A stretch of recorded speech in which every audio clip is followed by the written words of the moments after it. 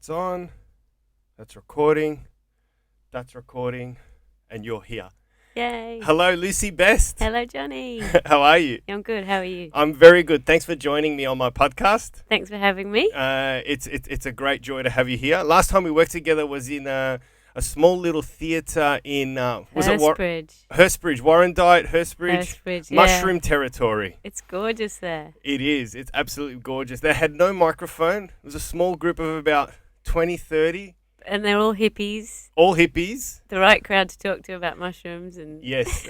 pets. It was my crowd. I pick them around the corner there, so it's perfect.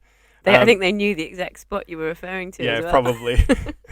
But yeah, we had a great time. There was no microphone, but you didn't need it. It was like conversational. I want to go back there during the Fringe and do a show. Yeah. Talk to Andrew. Yeah, Andrew Kelso. He runs a good little gig there. I think I'd take my own mic. I think I needed a little bit of projection, but I don't think you needed the projection, but I find sometimes just having something to do with your hands. I mean, and I do gesticulate quite a lot, so I find I hold a glass of wine instead of holding a mic. Yeah, right. It's like, busy hands. How did you go there? I had to leave to get to another gig in the city. Did you have a good show? I had so much fun, yeah. I headlined, so I went on for ages. I went on for like 23 minutes, which was That's fun. good. So it was good to have plenty of time. That's good. Stand-up is 20 plus. Like, that's where you really find, it's where you start running and you learn. I think it's once you've got enough material that you can comfortably do that, that's when you know you're kind of comfortable. It's sort of like it's which one comes first, the chicken or the egg. Like, you have to have enough material to do that long. You have to have more than enough material, don't you? So you just see how it's going. There was a woman in the audience there who afterwards said she was really pleased she hadn't brought her kid because I did like rude stuff. Like, it's pretty blue, but I was like, I would have done different stuff if there'd been a kid in the audience. Would you change your approach? Yeah. Have a sip of tea, because I would not change my style. It's like caveat emptor, It's a lot of my bits there's like a punchline and then there's like an extra punchline. And so there's still there's still like sex references and drug references and there's a punchline. And like it's still kind of for, over 12s, I'd say. And then there's the kind of the added MA 15 or 18 plus. Wow, so you have your jokes edited to categories like PG, M, R plus. Yeah. That's great. Yeah, I've done a couple of like corporate gigs. I had to work out what my PG material is. Yeah. I don't do a lot of corporate gigs. I find it's even though the money is very good, I just cannot make them joyous enough to do. But you work around that. You can do that. Yeah, it is challenging. I mean, I did one. This wasn't a corporate gig. It was a primary school fundraiser. And so I was thinking I'll do stuff about being a mum and I'll do I'll tailor it to the audience. And when I arrived, there was a dance floor and and the stage looked over the dance floor and then there were tables and chairs around the outside. And everyone was like milling around, socializing at the bar, standing on the dance floor. And then the MC got everyone to sit down. Sit down now, there's a comedian coming on. So everyone, by the time they sat down, they were pretty hostile. Like, who's this woman that's made us sit down and stop socializing? Right. So I started off kind of like, the stuff I was planning on doing. And then I made a joke about abortion and I got my first laugh. And I was like, okay, here we go. Away you go, so I just completely scratched what I was going to do and did the most sick stuff. Oh, that's great. Isn't that a joy when that happens? Yeah. You can do the hard shit, the stuff that you really enjoy that gets big laughs. Yeah, that makes people uncomfortable and then gets the big laugh. Yeah. I learnt a valuable lesson over the weekend. I did my hour show called Visceral to about 20 people, and I found that they weren't going for the dirty stuff, and I had to abandon it. And I came to the conclusion that when it's a small crowd, I think I don't know, help me here, but they just didn't really go with the dirty stuff. They felt embarrassed or self-conscious or a bit nervous hearing someone talking about dirty things. Who were they? Just in the city, just a gig. Just random sold people. Tickets. Yeah, randomly sold tickets. Because I guess it also depends who they're with. Like if they're with... Yeah, right. If it's like you're there on your own or maybe with one other person, you don't kind of feel bolstered enough to laugh at this. Like, is this okay to laugh at this stuff? Yeah. Whereas if you're there with a bunch of mates, there's like a group of 6 mates, they're all going to egg each other on to laugh. True. And that happens in corporates as well. Like I know when I'm doing a big comedy club towards Christmas, I know it's a corporate event when tables are stifling their laughter, and I'm like, oh shit, that's a corporate company table. No one wants to laugh at the dirty stuff And in then do you front of. try and crack them? Yeah, I do, absolutely. You do as well. Yeah, definitely. Where's the line? Where's the line? Yeah. Did you gig? Now you're originally from UK. Yeah. Did you gig in the UK or no? You No. didn't at all. I acted. Oh, you acted in the Yeah. UK. I didn't do comedy. I only started doing comedy 4 years ago this year. So you're only 4 years old in stand up. Wow. Yeah, you're good. You got a good presence on stage. I thought you were Oh, a lot thanks. older. On stage. Yeah. That's great. You got Thank a good you. I think maybe that's your acting background. Like you just have this you're well anchored on stage if that makes sense. Yeah, someone asked me recently why I don't move around more on stage, because some comics do, don't they? They, stride over this way and talk to the people in that corner and stride over that way. Well, maybe they need to, whereas you, I just felt like you got a sense of belonging up there. You own the stage. You're comfortable, and I'm like, I wonder if that comes from your acting. Yeah, maybe. It's like it was a conscious decision though. Like I want to hold the space, and Yeah. I think also because I'm small, I feel like if I just stay in one spot, then I can have the illusion of not being so small. Whereas if I go up to people, they can see that I'm small. Yeah. True. So you have been gigging for 4 years, and in that time you've done how many solo shows? No solo shows. Except for this one now that you're doing. This one, and the one that's opening soon, is a 3-person show. But I've just started the registration process to do a solo show for Fringe this Yeah, year. That'll good. be my first solo show. I did actually. I did like a trial solo show as part of a festival in 2019. Yeah. Is it themed? Like, are you noticing certain patterns where your material is? Yeah. Yeah. So the show I just did for Comedy Festival with Nikki Barry was on motherhood. Yeah. It was called Motherfucked. Yeah. And the show that I'm doing in Butterfly Club is about divorce. It's with Nikki Barry again and a woman called Justine Sless. And between us, we were married for, I think it's 76 years. 75, I read. Yeah. Yeah. And so it's about divorce. And then the one I'm doing for Fringe is called Disgraceful, and it's about essentially it's about aging disgracefully. But I'm going to share stories from like when I was a kid and I was disgraceful, and when I was a teenager and I got expelled, and when I was naughty in my 20s, and yeah. So I do tend to do that even with comedy sets. I'll come up with a theme, and so when I have that thing where I think, oh, this isn't landing, I'm going to change to something else. I'll go, like I might have a bit about masturbation, but I also have mentioned that I have a dog. And I think, oh, they're not laughing about the masturbation, but they did laugh about the dog. So I'll just do some more stuff about my dog and my cats. And, like, I do have, like, groups of bits. Mm. But for the shows, I'm definitely going on themes. Did you, in your opinion, having been married, will you get married again? No. And it's, this sounds really discourteous to my marriage. I went into it believing all the things, but I also didn't particularly... Like, I wasn't one of these girls that wanted to get married when I grew up. Like, we moved overseas together. It's kind of like, well, we'll get married then. And I believed we were going to stay together forever. How long were you married for? 17 years. Wow. It's pretty good effort. That's fantastic. But no, I wouldn't bother. Why bother? Can I push you further as to why? Like, because I came out of a 7-year relationship and I'm very reluctant to get married. I don't know. I just feel I just feel a no within me. Yeah. I don't, and I'm just curious to explore. So, I mean, why you won't?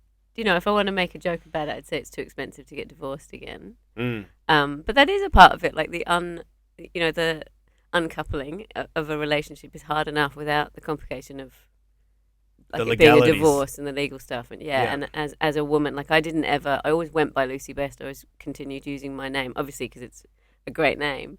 But I officially changed my name, and that was partly because it was before we'd had kids, but we'd got a mortgage together. There was all these reasons, and then like we were going to have kids, and so I changed. We'd been married 6 years before I changed my name officially, and to change my name back on official documents was awful. Like I cried at the bank, I cried at Vic Roads, because everywhere you go, they're like, well, why do you need to change your name?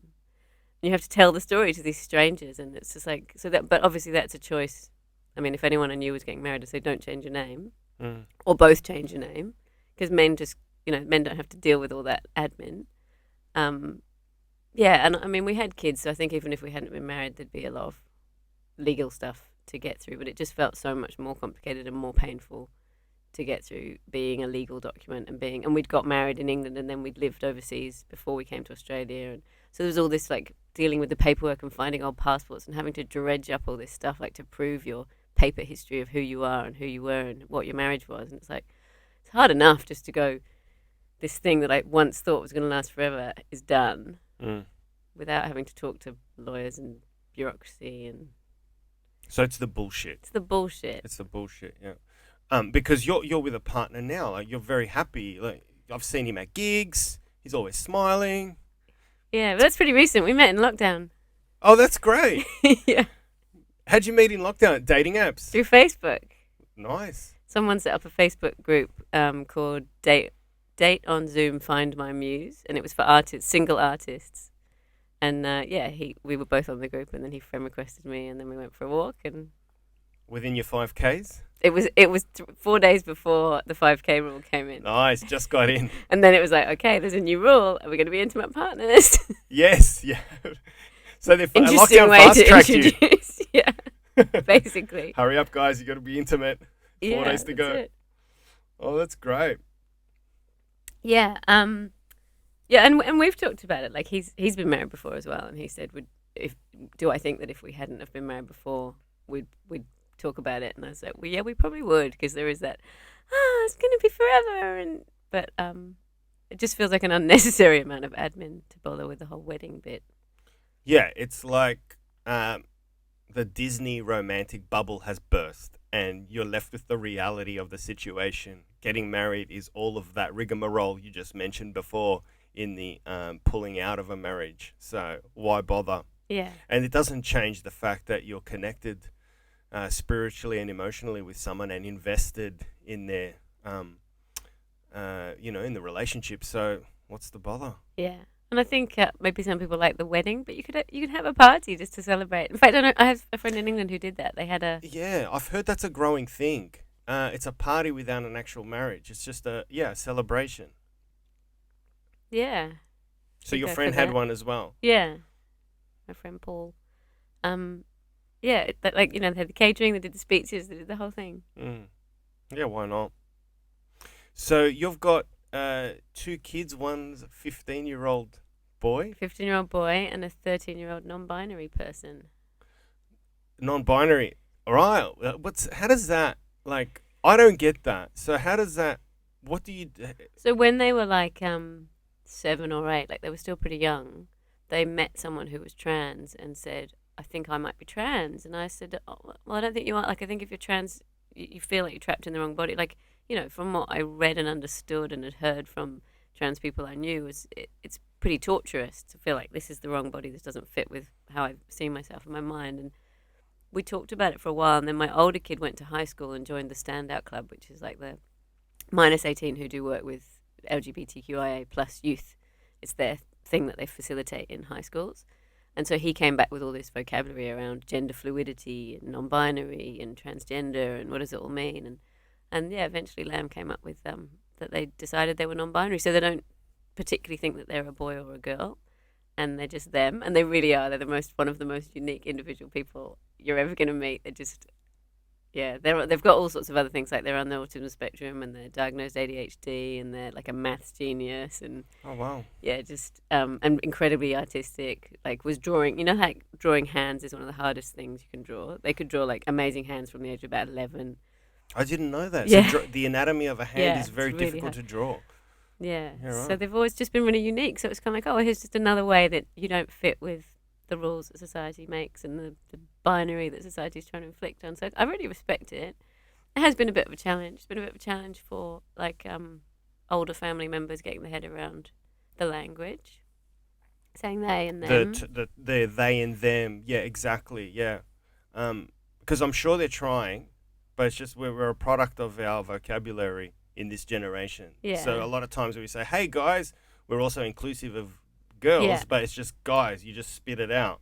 Yeah, I mean, even dude. Like I call people dude. And I'm like, oh, sorry, is that gender? It's just the vernacular. It's incorrect. Yeah. It really makes you think about that as well when you've got a kid who notices because they're feeling kind of not oppressed, but they're just aware of like, USB, we went to buy an extension and it was like a male-female. It said on it male-female USB extender. And they were like, why isn't it just input and output? Why isn't it? And I was like, yeah, that's true. Why do we put gendered language on things? Yeah, I came to terms with that when I was trying to find equipment to plug into this. Yeah, they were male and female sockets. Yeah. Yeah, Oh, it just developed to yesteryear, just the yeah, way it was. I'm sure it'll change. Everything changes, right? yeah. That's it. Language evolves, which is one of the frustrations with the older relatives Yeah, going, but they them is a plural yeah, pronoun, and like language evolves, and actually in Shakespearean times, they and them and thee, and they were all singular or plural. yeah, right. Anyway, I sent lots of articles explaining how Yeah. language evolves. So you're a very supportive parent, and I kind of what's your ex-husband? What's his attitude towards? It took him a lot longer to get on board. Yeah, I mean, I think he tried, but he couldn't get his head around it. yeah. Well, that's it. It's wrapping his head around the concept. Yeah, and he's not like I'm bisexual, and I've got like a whole queer community that I'm part of, and most of my friends are, and I've got trans friends, and like I guess I live in a world where that's not that unusual, whereas he is in the corporate world and quite conservative, and it's not. Yeah, he wouldn't have any friends. I'd imagine he wouldn't have many friends, if any, that would kind of get it and be on board with it. So if he was referring to his child as they them, then the friends would be like, "What do you mean? You're talking about both your kids?" Like I can imagine it would be harder for him to Mm, just introduce that vocabulary and talk to people about it. mm. But he's supporting and he's trying to come around. He's trying, yeah. It is hard, but it's just you just got to have an open mind. I mean, I understand now about transgender. I didn't years ago, but I do know now. It's like they're just trying to synchronize their spirituality with their physical self, and it's quite it's quite sad, that journey, and to bridge that gap. Yeah. So I can imagine, like I can't imagine, but it would just be fucking frustrating to look in the mirror and I see a girl staring at me when I'm Johnny. Yeah. I'm a boy. Yeah. So yeah, I get that. But I do wonder about because non-binary is a new thing that people understand, and I do wonder how many people got kind of forced into becoming the opposite gender of what they were assigned at birth because it was like, well, Yeah. there are two, so if you're not that, like you're not Gina, you think you're Johnny, then you must like let's do reconstructive surgery and let's completely transition you from female to male and all that stuff. And actually, I wonder how many people just go, this just doesn't fit for me, and I just reject your binary. Mm. We'll see. Like again, it's something that can evolve as we all evolve. But I'd like to think a lot of people will just reject being assigned a gender. Eventually. Yeah. Mm. You think? I think that won't go away though. I think there'll always be genders. Yeah. I mean, I guess. Well, we'll see.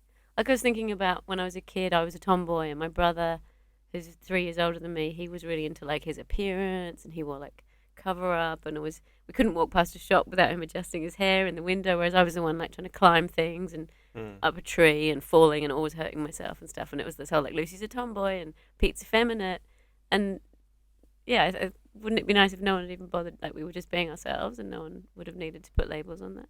Yeah, absolutely. I mean, I was cut from a different cloth. My mum pretty much raised me because my father was in factories all the time. So I was, it was okay for me to cry. It was okay for me to talk about my feelings. It was okay for me to write poetry. It was okay for me to express myself artistically. I dare say if I was brought up more so by my father, who, if he stayed home and my mum worked more so, then I think I maybe wouldn't have been allowed to cry. Yeah, And that would have made me rigid, and you get this detachment from your emotions. And I think a lot of men kill themselves because of that yeah, reason. They're not able to be in touch with their own emotions and express themselves to their friends, for yeah. fuck's sake. And a you lot of know? domestic violence comes from that as well, not being able to Mm. process. I've got these feelings, what do I do with them, and they just come out in like an explosion. Yeah, and they just give themselves fucking angst and stress, and because they're not talking. Yeah, was your dad pretty conservative? Yeah, he was just a Greek guy from a village in Greece. After the war had ravaged Europe, he left and came to Melbourne and worked in a factory. So he's just a simpleton, I guess. So just old school values. But now, as he developed his life in Australia, he just realized slowly, his horizons would broaden.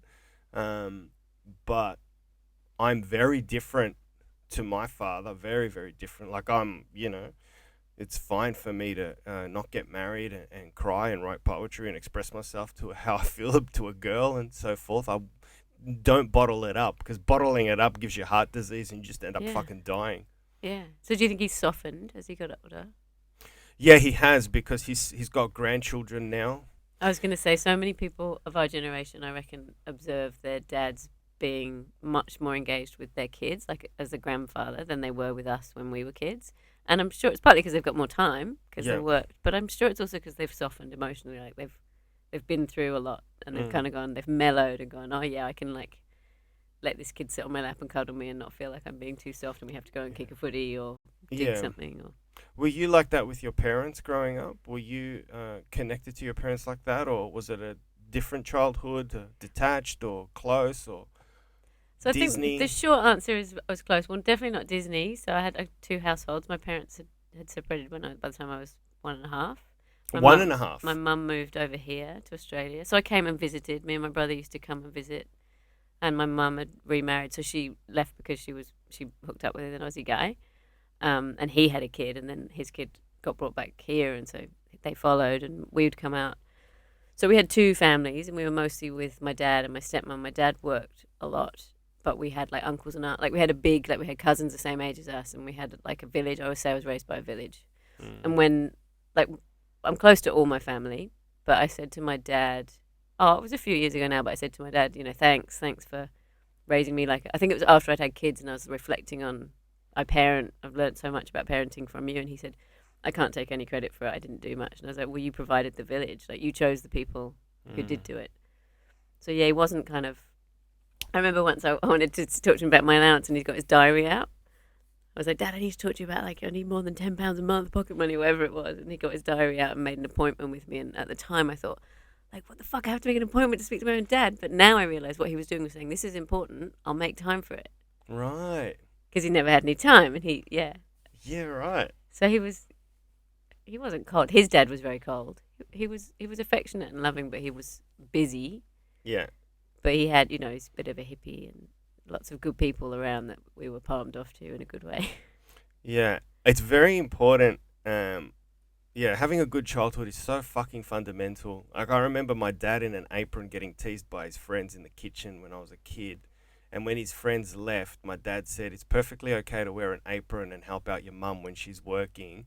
You both have to contribute to the running of the household. You're both an equal team. You're both team players. There's no such thing as she does this and I do that. Yeah, that's great. And it just changed my whole psychology of what it is to be in a family, in a household. Yeah, so it was crucial, yeah. Yeah, and we were very much, so there's my older brother, and then we've got a half brother and a half sister from my dad's second marriage. And we're really, like, when I go and visit, this is the longest that I've not been because of COVID. I was supposed to go over last year, but when I go, I'm really aware that we're really in sync. Like last time I went, I took my kids over, and my stepmom's getting dinner out the oven, and I'm getting the cutlery, and my brother's getting the plates, and my sister's lighting some candles. Like, it was like we all know what needs to be done, and everyone just goes, oh, right, we'll do all the things. And there's no like, you have to do this, you have to do this, or please can you do this? And someone has to say thank you. It's like, there's no pleases and thank yous. We're all just working together so that we get to eat dinner together. And I was really conscious of how well, like, in sync we were. It was really lovely, despite the fact that I live on the other side of the world and don't see them as much as I'd like to. Yeah. Did you live in the UK for a while? Yeah, I grew up there. So I left when I was 25. That's right, yeah, because your accent's still strong. You've still got a good accent. I lived there for 10 years. I was based in South London near a wonderful family-friendly football club called Millwall. Oh, yeah. That was a lot of fun. I'd never experienced proper football, and it was an eye-opener. I came to the conclusion that a lot of people just don't go to the football to watch football. They go to have fights. Yeah. But it was still fun. For sure. But that was South London. Jellied eels in the afternoon at the pub and then off to the game. But I loved it. I was there for 10 years and I developed my stand-up there all over the UK. So that's where I cut my teeth. Cool. That's where I essentially learned how to do stand-up 20 minutes and over.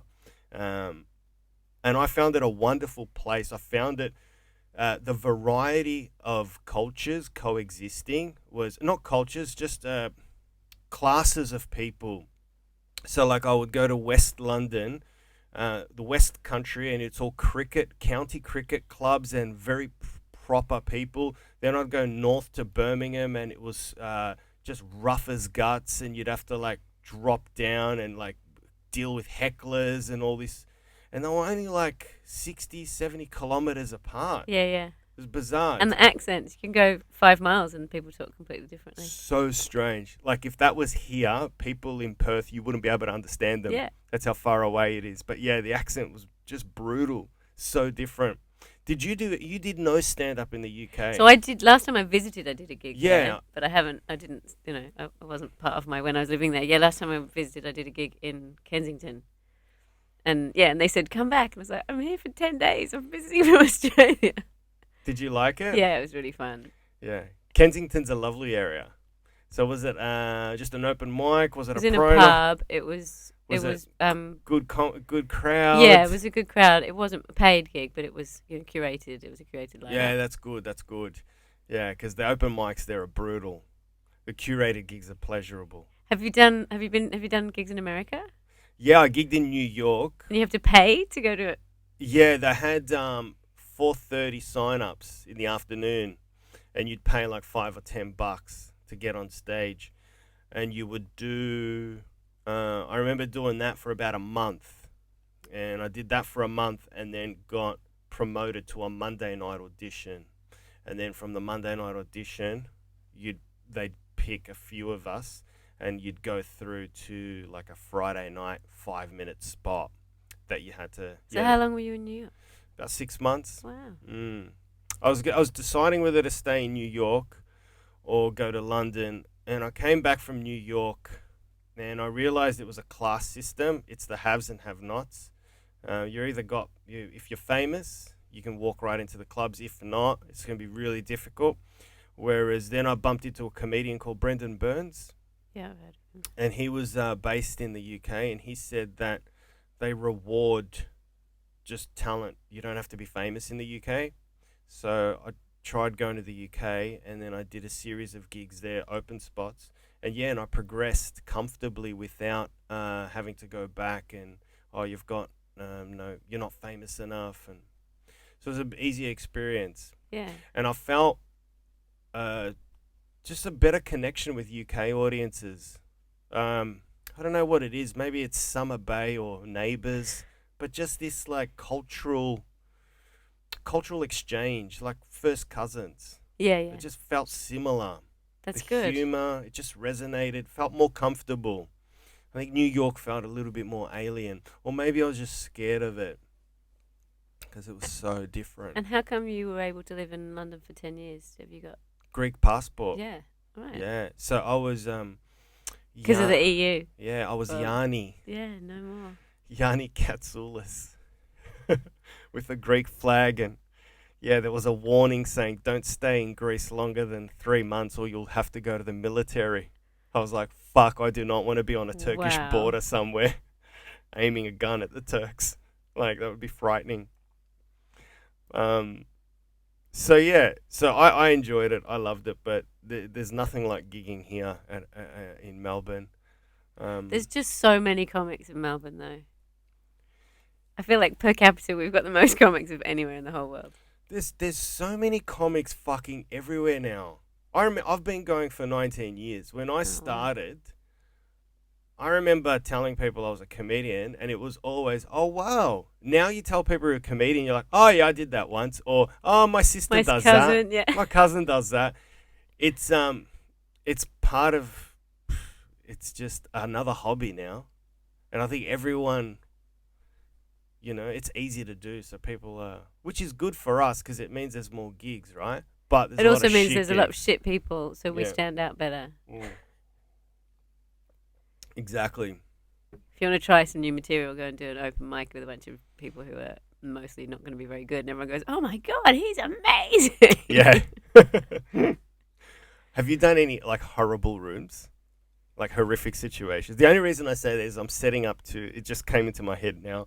There's a gig, and I don't want to poke fun at the promoter because I'm sure he's doing lovely things, and just I just couldn't. There's a gig at Hungry Jack's. I knew you were gonna. Fucking hell. Like, that must be so fucking challenging. What? Like, It's I don't know why, but most people aren't even going to be in there long enough for you to do 5 minutes. They Yeah. just go up to the counter, they get the thing that they know they want, that they always get, and then they leave. Or they just go and use the toilet. yeah. I've heard of some fucking tough situations to be in. I've been in some tough situations on stage, but I could not imagine gigging at a Hungry Jack's No. with fryers going off and buzzers and beeps and people just looking at you. Like, even doing gigs in a restaurant where people didn't know there was going to be comedy on is hard enough, but they're there, like, long enough that they're going to order food, sit at the table, maybe have a glass of wine. Yeah. Hungry Jack's! Like, I just... Yeah. I Can't did get my head around that. I did a gig in I think it was somewhere in the UK. It was like curry, ... and comedy. So people were there for the curry night and the comedy was just the byproduct. And yeah, if you had that look from an audience, we're like, what the fuck? Yeah, are they're you like, what is doing? I want to talk to my friends. Why is Yeah, this happening? Why is this guy talking? Like, what is happening? Oh, God. But it makes, I don't know. That's what I wanted to talk about with you, with just comparing acting with stand-up. Because you actually, you can do Shakespeare plays, right? That is fucking hard. Oh, when you go to school in England, you learn Shakespeare. How many years did you do drama? Well, I did it all the way through school, and then I did a drama degree. Oh, wow. So you're properly trained. Properly trained. So you could step into Neighbours and just Yeah. crush. Fuck. That's a good act. If any Neighbours producers are listening, you want some weird English woman to just randomly come and live in the street. How does it compare to stand up, the buzz? I ask actors this all the time. Oh, it's all. Now you've put it that way, I feel like I'm a junkie for adrenaline or something, because I didn't act for a while. Like me and my husband lived in the Caribbean before we moved here, and I hadn't done any acting. And I remember when I first got back on stage, like my first scene, and it was comedic acting as well. So it was like I had to come on in this kind of like Renaissance gown with a big high collar but a chastity belt, and it was that moment where the audience catch up with what's happening and they started laughing, and inside me I'm just going like, fuck yeah, like this is the best feeling. Really? Yeah. And As so good as stand up? so now it's like, now with stand up you're like constantly chasing that, like, love me, laugh at me, get on Really? board with what I'm saying. It's harder, like, it's because you're yourself. I mean, you're not being everything about you, but you're being yourself, so that's a lot more nerve-wracking. But then when you get the audience on side, you're like, fuck yeah. Really? I'm worth something. So the drug you get from stand up is better than the hit you get from performing as an actor on stage. Definitely. Definitely. For me, yeah. Yeah. That It's seems more to be the immediate. It's more obvious. Especially if if you were doing it's all you. straight acting, you don't know they've loved it until the end. Whereas with comedy, you're getting the constant feedback. Like, I'm just very needy. I just need to constantly be reassured that they're having a good time, that they like me, that I'm funny, or that they're listening. Even just they've stopped talking and they're paying attention. You're like, oh, I've got them in my palm How of my good hand. is that? The pin drop silence moment. Yeah. I tell a lot of my friends that's the joy in stand-up. I do enjoy the massive laughs. Who doesn't? But I especially enjoy the silences where they're tuned in. Yeah, the combo, the main course and then the dessert is like that silence where they're tuned in, and they might even be kind of, especially like I do talk about a lot of personal stuff on stage, so they might be like worried or what's going to happen, and then you do your punchline and it turns out I'm fine, look at me, everything's fine, and you make the joke, and they share that experience, that relief with you. It's, it's a huge rush. Absolutely. Have you ever done a piece of monologue on stage as an actor where where you have to cry? Yeah?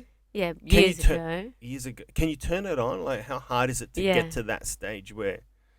I did. Well, I was in Romeo and Juliet a couple of years ago, end of 2018, and I played Romeo's mum.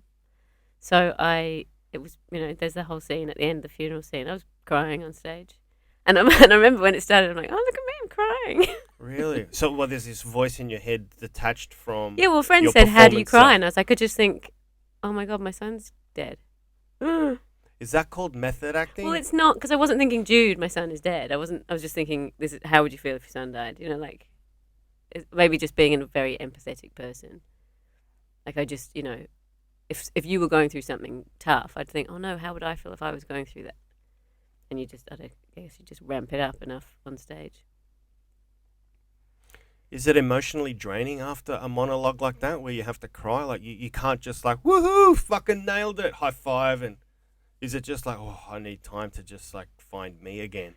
Just well, regroup I think a bit. regrouping time would be good, but yeah, you don't tend to get it. You know, you do your curtain call, or you're backstage changing into the next costume, or remembering like running around the back to get on the stage at the other side. Or Sounds like stress.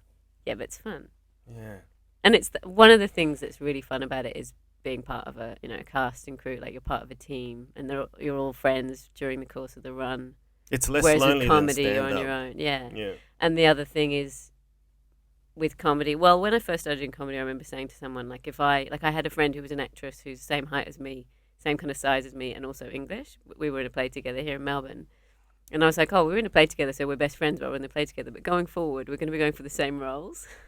Whereas with comedy, it's like there's room for everyone. Mm. But there's also not room for everyone because there's so many comedians. And sometimes it's like, we've got 2 women on the lineup tonight, so we don't need you. Yeah, right. Yep. That happens. I have no idea, by the way, what it's like to be a female comedian. I got no idea. I don't pretend to know, especially with what happened with Eurydice. I've never had, I've never, ever thought, am I going to get home after a gig? Like, I'm lucky to be a bloke. I don't have to think of that, Yeah, I think the thing is we all thought it already, and then that happened, and it was like, see, it was your worst nightmare coming true. And whenever someone dies, you always do that thing of like, but I just saw her the other day, But we all were like, I'd seen her 2 nights before, and we'd had a hug, and like, see you soon anyway, because I think I was leaving a gig on my way to another gig, and we had like a quick hug, and and people who saw her that night, like you just can't make sense of it, and you can't make sense of it when it is the thing you fear the most. So is that, it doesn't play into my equation when I go to a gig, but do you look at where you're performing, what time you finish, access to your car, leaving the gig? I don't, it's another world for me. You process all those thoughts. The winter after, so she was killed in June, which obviously, days are shorter, and I remember the following June, I just started getting Ubers to every single gig because I was like, I can't walk anywhere. I can't get on a tram. I can't park my car and have to walk 2 blocks to my car. Like, I was freaking out. Fuck. And then I was like, I'm spending a fucking fortune on Ubers. I mean, silver lining that came out of it all was that people were much more open to like, can I walk you to your car, or should we carpool? Like, people were much more open to thinking of that. A lot more male comics, and I'd only been doing comedy like not even a year when it happened. So I suppose I didn't see the other side of it. I was just very aware that there was a lot more men going like, do you want me to walk you to your car, or on a Facebook. Sometimes the room runner will start a Facebook group with everyone who's on, and people will go, oh, I'm coming from Coburg North, so does anyone need a lift, and stuff like that. Like, that was really, I guess, silver lining of people thinking about it more. But I mean, women have always had to worry about that stuff. Mm. Yeah, I used to wherever possible get public transport, but you don't even feel safe on public transport. Do you feel comfortable at gigs? Sometimes. Oh, mostly. I mean, I suppose now I know a lot of people, but in the early days, it varies. Depends where you are. Mm. And there's a lot of, there's a group of, younger male comics who probably just don't talk to me because I'm, their mum or whatever. But really? There's this whole kind of... No way. Like, you're not being friendly, or, I'm waiting on the corner for my Uber to come, and they're on the other corner all chatting to each other. It's like, why don't you come and wait with me? Or, And I suppose, I should just be more confident and go, hey guys, and just, can I stand with you or whatever. But yeah, when I was new and you kind of don't know anyone and you feel shy, and then there's also that attitude of groups of men, because it is predominantly male. Yeah. Yeah. It is. It's changing though. It is definitely changing. I think what's changing about is I'm becoming more aware, So, I just didn't know that it was difficult for women to get home from a gig. I just didn't process it. Wasn't aware. I was like, I don't know, they just go home like we go home. It's fuck, what? You just walk down the street, get to your car. No. No, I mean, especially, different. like, I'm not even 5 foot. I was Mm. once walking down Swanson Street and a guy picked me up, just Holy- lifted me up and carried me off. And I was with a friend and she ran up behind him and kicked him in the balls from Holy behind. fuck. I was like, someone can just walk up and pick me up. It's like, Did he think you were a Pokemon Go? What the fuck was I was that? just drunk. Wow. Holy fuck. And what happened? Did he just put you down and Oh, then... my friend kicked him in the balls and then we ran off. Jesus. But and you know, Eurydice was not tiny, and she would have put up a fight. Like all that stuff that goes through your head. Mm. But yeah, I do. I've always been conscious of that stuff. Getting home from anywhere, especially after dark. Mm. Can I change gears a bit? You Yeah. said something before that you lived in the Caribbean. Is that the paradise that people ascribe to it? Like, is it just gorgeous weather, coconuts, reggae, chilled out, Lots of weed. wonderful life? Parts bliss? of it. I mean, there's not like Or can you strip it down and bring it back down to reality a bit for me? What there is was the Caribbean so for me. like? Well, so the things I missed the seasons, Right, yeah. and there's- because there weren't, it's just hot or hot and wet. Basically, Yeah. that was the 2 seasons. And because there weren't seasons, and I'm not like as you can see, I'm not like a fashion victim or anything. I don't like follow fashion, but like no boots and scarf. Like there's things about seasons, like as well as the leaves and the flowers, and I love nature, like seeing the changes of the seasons or enjoying a crisp cold morning versus a lovely hot evening where you can sit outside or whatever. I missed all of that, but I also missed like just having change and like getting my boots and my scarves out when the weather gets colder, and buying new clothes every now and then because it's a whole new year or whatever. You just wore the same. You just wore like shorts and singlets the whole time. Yeah, I do believe a transience of seasons is necessary. Winter always makes me go inward. I reflect more. I read more. I take mushrooms. You need that. You do. It's the inwards, and summer is the outwards. Yeah. Introvert versus extrovert. Yeah. It's good. Growth, regrowth. And there was a lot of people there, like a lot of the expats were friends with each other. So there was a bit of kind of, I mean, hedonism, which of course can be fun sometimes, but sometimes it was like, surely there's more to life than just getting fucked up on boats every Sunday afternoon. Like Of course. Where were you living in the in Caribbean? the Cayman Islands. Oh, wow. So it was funny. There was people who worked like in law and finance, and then there was like people who worked in hospitality and scuba divers and all that crowd. And yeah, like the kind of the haves and the have-nots, I guess. But Mm. yeah, Did but you yeah, have it was fun fun. in that Yeah, crowd? it was super fun. Yeah, super fun, yeah. It was fun, but there was a lot that I missed.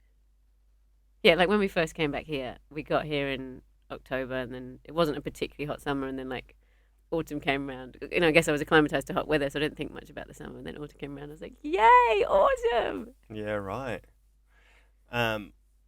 Autumn's my least favorite season Ah, because I'm it's more... mushroom season. I know, I do know, but it's like summer is gone and winter is coming. It's that in between.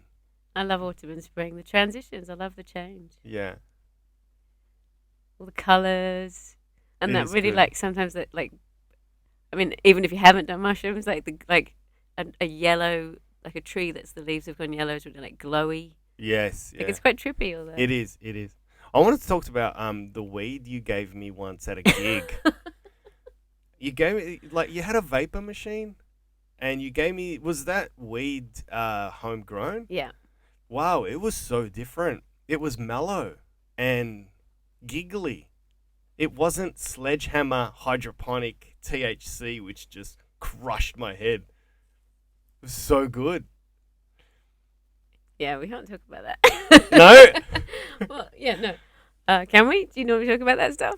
Yeah, anything goes. All right. Yeah. That's why I said to you, okay, if you don't Yeah. want to talk about something, you don't. But yeah, doesn't yeah, matter. good old homegrown. It's another thing that's great about living in Australia.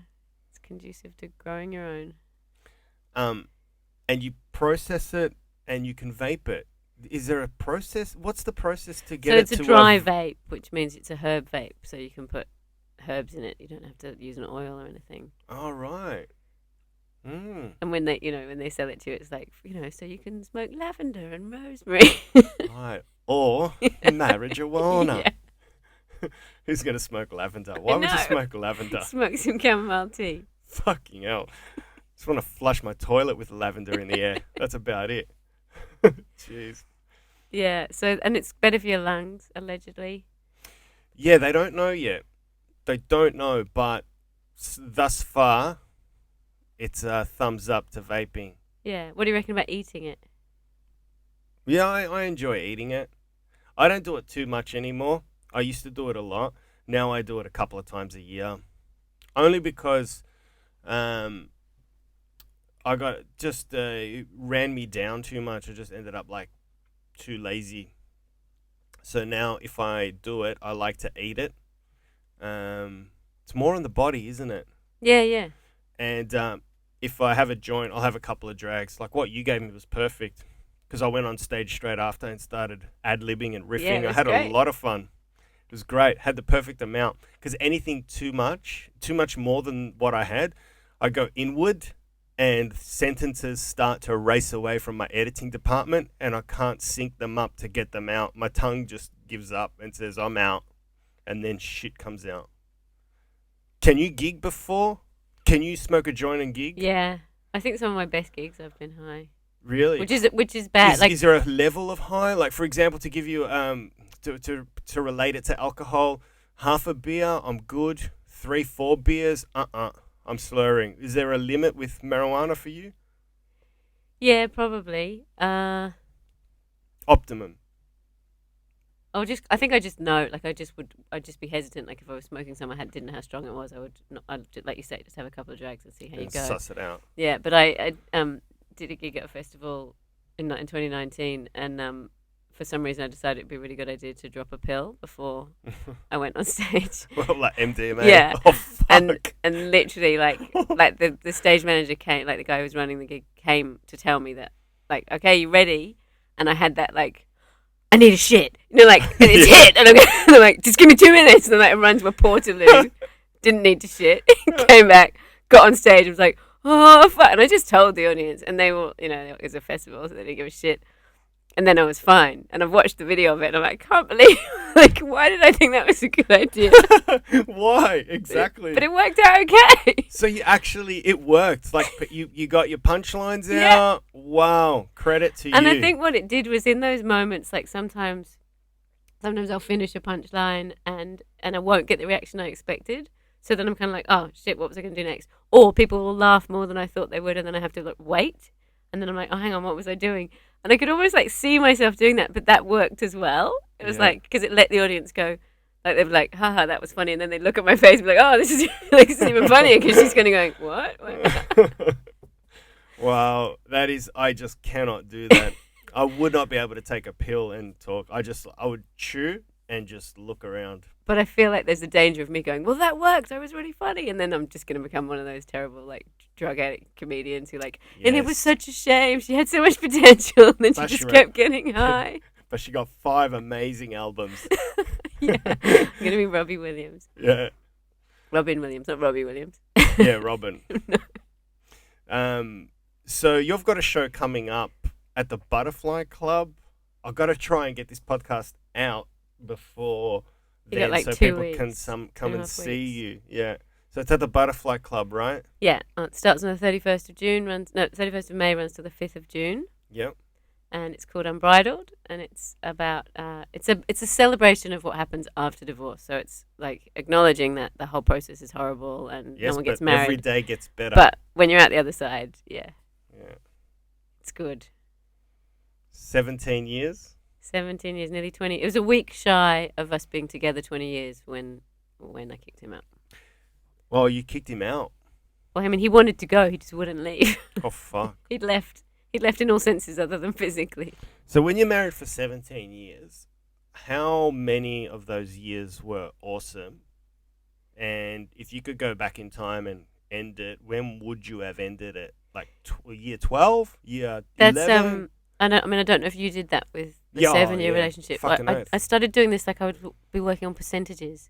Okay, so was it like 80% good? Was it 80% good 80% of the time? Like I was calculating, trying to make sense of why I had stayed so long, or like, because I'd think back and go, I should have seen this coming. Like there was this shit time we only knew each other a few months and this awful thing happened, or there was that time when we were living in the Caribbean and that awful thing happened, or like reflecting on all the bad. You unravel it, and one of the ways you make sense of it is to look at all the negatives and all the bad stuff. I'm like, well, it can't have all been bad. Why were we together so long? I know that I'd come really close, or I thought that things were pretty shit when I was pregnant, and obviously that's like making sense of why I stayed. That's why I stayed. And I got postnatal depression and stuff after my first kid. So it's not even like if I could go. Like I feel like if I could go back and tell my younger me, I'd just go, just don't do it, don't get married, sack it off, like don't bother, because it was, there was a lot of bad. There was a lot of bad continuously, but most it's like, that's what I mean. It was like, maybe it was like 80% good, but all of the time, not 80% of it was good. Like in a year, 20% of a year would have been pretty shit. Could you distill it into a lesson, what you got out of it? Like for me, my personal journey was I learnt never to give up my dreams of stand-up to make the dreams of my partner come true at my expense. Yeah. That's where I failed. I fell in love so much that I just gave up on me and chased her dreams to make her fucking happy. And in the end, I lost my identity and she fell out with me because she just didn't know who I was anymore. I didn't know who the fuck I was anymore. I was this fucking lemming making her dream come true. I lost me. Yeah. So that was the lesson for me. So now if I ever fall in love again and meet someone, I will always be me. I will be my stand-up, my podcast. This will be me. This is just what I do. And I'm here to help you and facilitate you and be in a relationship with you, blah, blah, blah. But as long as I can still be me. As long as I can be me. Yeah, that's the lesson I learned. Same. And I'm guessing most people that come out of a long-term relationship have an element of that. But I felt like I dimmed my light. Yes. And I wrote, like you, I write poems, and I write poems to process things. And I remember I wrote one poem about like a bird, and it was like, he'd fallen in love with me because he thought that I was this, beautiful bird that was free. Like I was such a free spirit when we met, and and then he put me in a cage. That's how it felt. And that's what, the show is about, like that. And then just kind of finding your wings again. I've got a big phoenix tattoo. I don't know if you've seen it on my leg. That was my divorce tattoo. Yeah, about a phoenix. And when I was having it designed, the tattoo designer was saying, well, she's an artist who does tattoos. She was saying there's two mythologies around phoenix, and one is there are many, and that's the I can't remember which way around it is. I think that's the one from like Japanese and Chinese culture, and that there are many, and they rejuvenate, from the ashes of fire. And then the one that comes from like Egyptian and Greek, there's one, and it's a deity, and it's like rooted in the earth with its head in the heavens, and all this stuff. And she was like, so which one is it? Which phoenix are you going to be? And I was like, I'm going to be both. Nice. I'm going to rise from the ashes, and I'm going to be a goddess. And just never let anyone put out your light, I guess, is the whole thing. And I think the other thing is, I don't know how old you were when you got into that relationship, but I was 22 when I met my husband. Like, I wouldn't let anyone put my light out now. I know myself better. So your relationship now, you've learned from the past, it's a wonderful coexistence. Yeah. Yeah. It's bliss. And he's an artist as well. I think that's the other thing is I shouldn't have been with someone who wasn't an artist. Well, maybe. But it was good to have an income. Yeah. No shit. Two artists in Aldi. Yeah. Till death do you part. That's it. You can't have a wedding because you can't afford one. What is postnatal depression? I've heard of it. I know what it is, but I can't fathom it. So I'd had depression as a teenager, and I have anxiety. You've seen me talk about it in my comedy. But I still didn't recognize it as postnatal depression. So I had a friend who had postnatal depression, and for her it was like she didn't bond with the baby.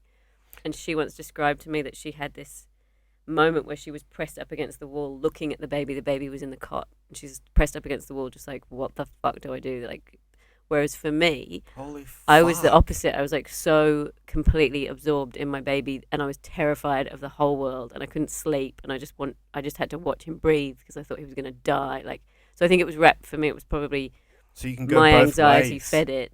But yeah, I didn't want to cross any roads. Life was just really challenging. And because we hadn't lived here long when he was born, I didn't have regular work, and so I was able to give him so much time, and yet still I felt like I was being a terrible mother. This whole like, I'm just fucking it up. I'm going to fuck him up. What am I doing? I'm doing everything wrong. Does postnatal depression develop while you're pregnant? No, it's so No? they say it's So to what- do with the hormones, like post giving birth. So while you're pregnant, you're happy, like, wow, there's an awesome cake baking in my oven. I can't wait to meet this baby and blah, blah, blah. It's all joy. You and can get perinatal depression, which is while you're okay. pregnant. Yeah. Perinatal. All right, yep. And then, so you had your baby and then the depression started, but you went the other way, you went more like smothering the baby, afraid that it was going to stop breathing or... Yeah. I had a really bad childbirth, and I think I didn't spot what it was because I'd had depression before and it didn't feel like that, and because I was physically very ill for about 3 months after he was born. I think I just thought all of it was to do with that. And then I went to see like the maternal health nurse, and she was like, what the fuck's going on with you? And I was like, I don't sleep. Why don't you sleep? Oh, because like every time I go to sleep, I wake up worried that he's dead, and I have to go and look at him. And Holy shit. And then so anxiety will just wake you up. And then she was like, I think you might have postnatal depression. And I remember I just burst into tears. I was like, oh yeah, that must be what it is. Like, but it hadn't really crossed my mind because to me, all the stories I'd heard was about not bonding with the baby. Yeah. But you went the other way, yeah. I never knew that. Yeah, me neither. And how did you overcome it? How does it go away? So I think in an ideal world, it should go away, when your hormones balance back out and if you don't engage too much with it. I had years of counselling and that really helped. And then we got into all my stuff and yeah, I saw that counsellor for like 11 years. So when you have a baby, your hormones are thrown out of whack. I know like my mum keeps bringing it up that I robbed her of calcium. Apparently I took all her calcium out and her teeth fucked up. So I was aware of calcium, but also, yeah, like... Your hormones, and also you don't sleep. So towards the end of the pregnancy, you don't sleep very well because you're so uncomfortable and there's this human inside you that needs to come out. So sleep deprivation, hormone spiking. I mean, even like I breastfed and I was quite skinny, like because the baby's taking all the nutrition. Like there's a lot of physical factors. But yeah, I guess, I already had anxiety. I'd had bouts of depression before, so I had a propensity. My aunt in England, my dad's sister, she was bipolar and had anorexia, and she had a baby that she gave up. This is a really cool story, actually. There's a funny kind of odd happy ending to this story. So she had a baby. She was married, but she still just had no faith in herself as a mum, so she gave the baby up. And then she spent the rest of her life squirreling money away, and she always talked about him, and she always wondered what happened to him. And I think she'd contacted social services, but you can't contact them if they haven't, because you don't know if they knew he was adopted as a baby. You shouldn't know if he knew he was adopted. So you can't just go and like write a letter. Hello, I'm your mum. Yeah, don't what? Anyway, her dying wish to my dad was, first of all, I've got £500,000 in a bank account for my son. My dying wish is that you find him.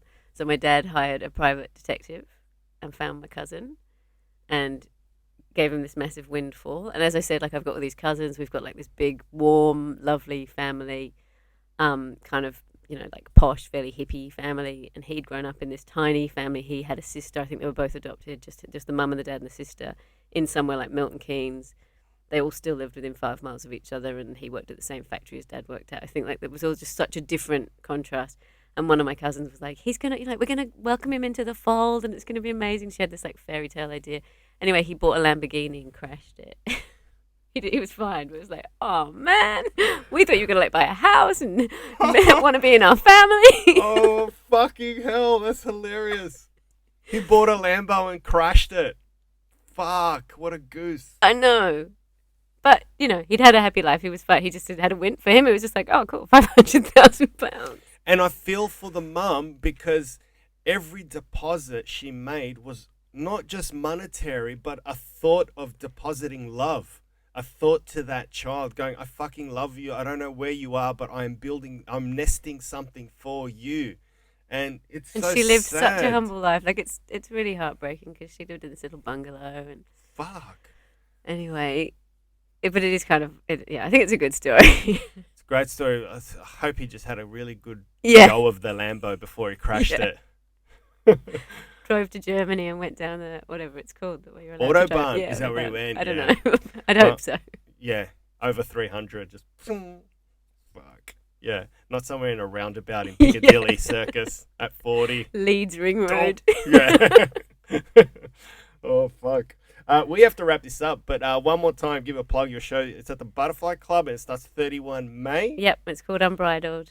And you're also writing a 1 hour show, which you're going to do in the Fringe. Yep, called Disgraceful, as in Lucy Best is disgraceful. And just a little summary of that show. I love the title, by the way. Like love starting dark out, shit. continuing, and aging disgracefully. Lovely. Lucy Best, thank you so much for coming in. Thanks, Johnny. Appreciate it.